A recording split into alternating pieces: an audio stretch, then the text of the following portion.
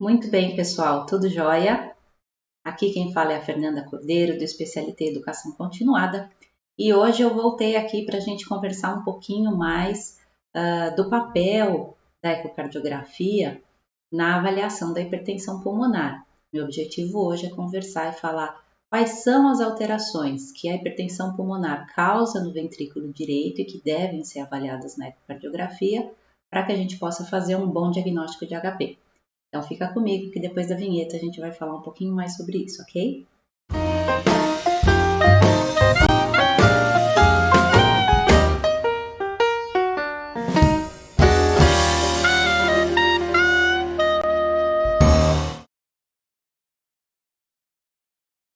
Então vamos lá. Como que a gente faz a análise do ventrículo? Bom, então, olha, primeiro, a movimentação do septo é uma característica importante, né? Nós vimos até agora que eu estou num corte transversal entre os músculos papilares. Aqui eu tenho o VD, que está muito maior que o VE, né? Então eu já vejo que existe uma dilatação importante. E a movimentação do septo nessa situação, porque a pressão ventricular está muito aumentada, ela acontece quase que em paradoxo, né? A gente chama de movimentação paradoxal, ó. Então, durante a diástole, ao invés do septo se dirigir para o lado do ventrículo direito, a pressão aqui em cima está tão alta que ele se achata, tá? E aí acaba que a gente tem uma movimentação meio que em espelho, vamos dizer assim, né? Do septo e da parede livre do ventrículo esquerdo. Isso aqui por si só é um sinal bastante característico da presença de hipertensão pulmonar, tá?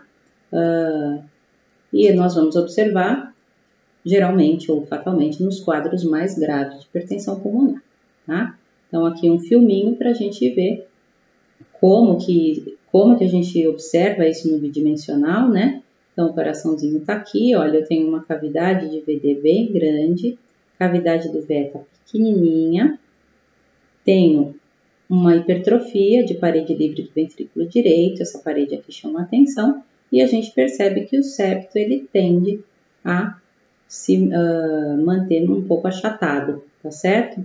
Que também é uma grande característica de aumento da pressão do lado direito, portanto, da pressão arterial pulmonar. Tá, ó.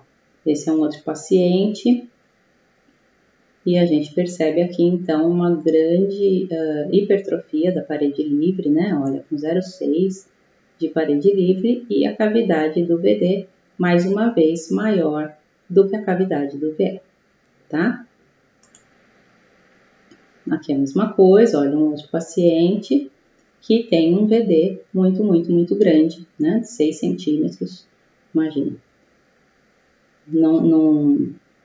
Se a gente considerar que o VD tem que ser até 1/3 ou até metade do ventrículo esquerdo, imagine, né? Então, eu ia ter que ter um paciente aqui para esse VD tão normal, eu ia ter que ter um paciente com 12 centímetros de cavidade de VE, né? Não conheço nenhum na espécie canina que o tenha, aliás, nem na espécie humana também.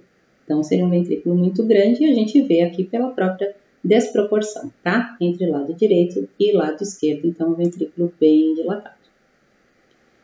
Outra forma, então, que eu disse para vocês é a gente avaliar a função sistólica do ventrículo direito.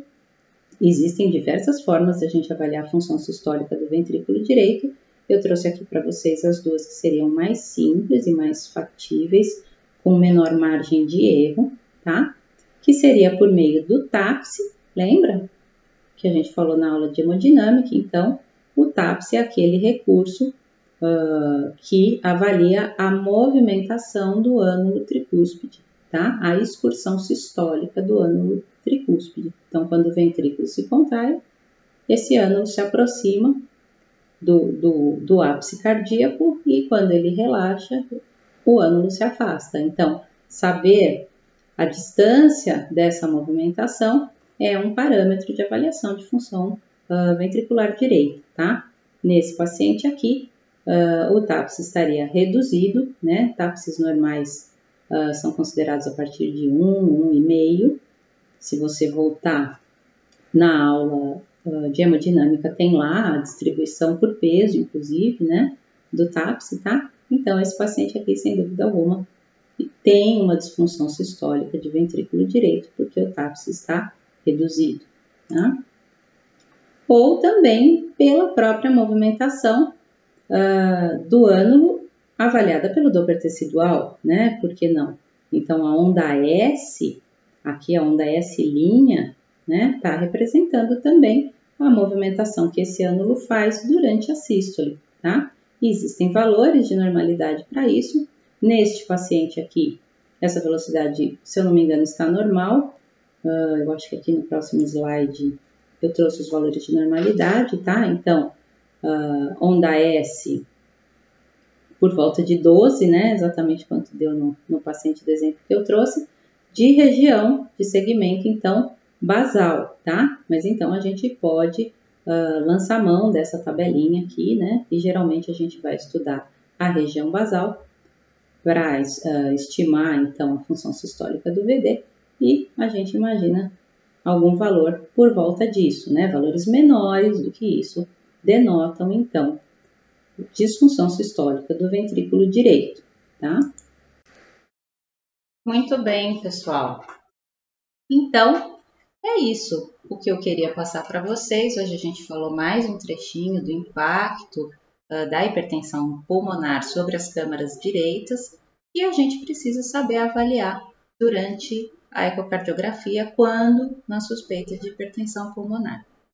Obrigada por estarem aqui. Mais uma vez, não deixa de se inscrever nesse canal e ativa o sininho. A semana que vem a gente vai falar mais um pouquinho de HP. Vamos falar sobre os outros sítios anatômicos que são considerados importantes na avaliação da hipertensão pulmonar. Obrigada, um beijão. Até a próxima.